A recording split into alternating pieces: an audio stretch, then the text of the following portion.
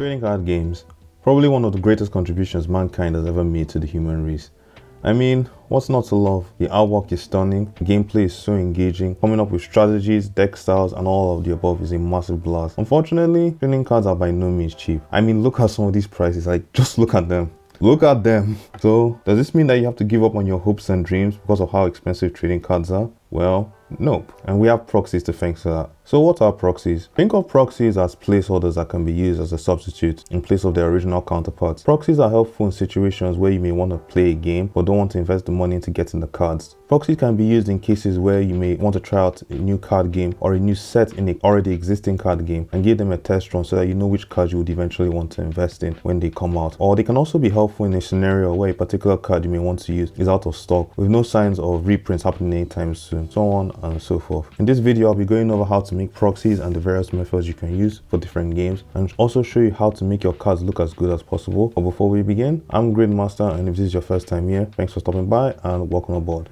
A few things to note before taking a proxy deck or a deck containing proxies to a LGS or somewhere else is that proxies are not allowed in competitive events. They are meant to be used solely in a casual setting. You won't be able to use them in like an Ascend or a YCS, for example, or just a normal store championship. Also, proxy cards are not meant to be sold. And finally, if you're going to use proxies, make sure you let whoever you're playing against know ahead of time, as not everyone is fond of proxies being used. I'll start this off with Magic the Gathering, as that's the easiest game to make proxies for. To start, go to mtgprint.net. Next, what you want to do is type out your deck list or the specific cards you want, as well as the quantities you want. I'm just going to copy and paste this list I found online. After that, you can click submit and it will create your deck for you. There are some adjustments you can make below, like adding more copies of a card, the specific artistic version of the card you want as well. If you've uploaded a deck previously, you can click load your last deck and click skip basic lands so that you don't have to reprint those again. Then click crop marks, and for the paper size, choose letters so that your cards are sized correctly. Once all that is done, just click on print and your file will be saved, and then you can locate your PDF file on your device and print it. If you don't have a printer at home, you can just take it somewhere to get printed. Shouldn't take too long, and that's how you make proxies for Magic the Gathering. Man, if it was only this simple for the other card games in this video. Next up, I'll go over the games I play currently, that being Shadow vs Evolve and Grand Archive. Making proxies for Shadow vs Evolve is pretty much the same process as for Grand Archive, so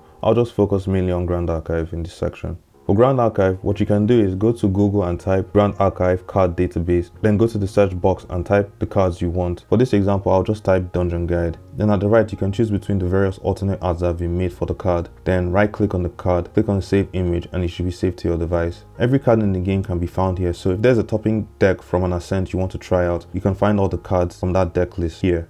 Next is actually preparing the cards for print. There are many ways to go about this. However, the method I use is to put the cards in a software called Affinity. Affinity is a free multi-purpose graphic design software made by Serif and owned by Canva. So I'll start up by opening Affinity, and for the document size, I will choose A4 portrait, set the DPI to 300, margins to 3mm or 0.3 centimeters, then click on create document. Once your document is ready to go, head to the layout studio and drop your cards into the document. One important thing to note here is that Affinity tends to be off when sizing your documents. So in order to make sure your cards are in the correct size, click on it and then go to the lower right and then type 6.5 centimeters for the width and 9.1 centimeters for the height. This size specifically is for games that use the standard size for their cards, so it wouldn't work for a game like Yu-Gi-Oh or Card5 Vanguard. The next game I will cover is Card5 Vanguard, which for the most part is similar to Grand Archive in terms of how I make my proxies. Just go to the card database, look for the card you want and save it to your device. However, there are a few things to know for this game in particular. First and foremost, if you're going to use the affinity method for this, make sure your cards have a width of 6 centimeters and a height of 8.75 centimeters. This will also apply to games like Yu-Gi-Oh and Battle Spirit to JP, as those games have a smaller card size. Another thing to note is that the Japanese version of the game is about 2 sets ahead of the English version, so it's very common for players to make proxies of the Japanese cards in order to test them out before the new set gets released to English. And the YouTube channel Top Deck Heroes have helped the community out by making proxies for newer sets that are yet to be released in English. So we can have a look over here.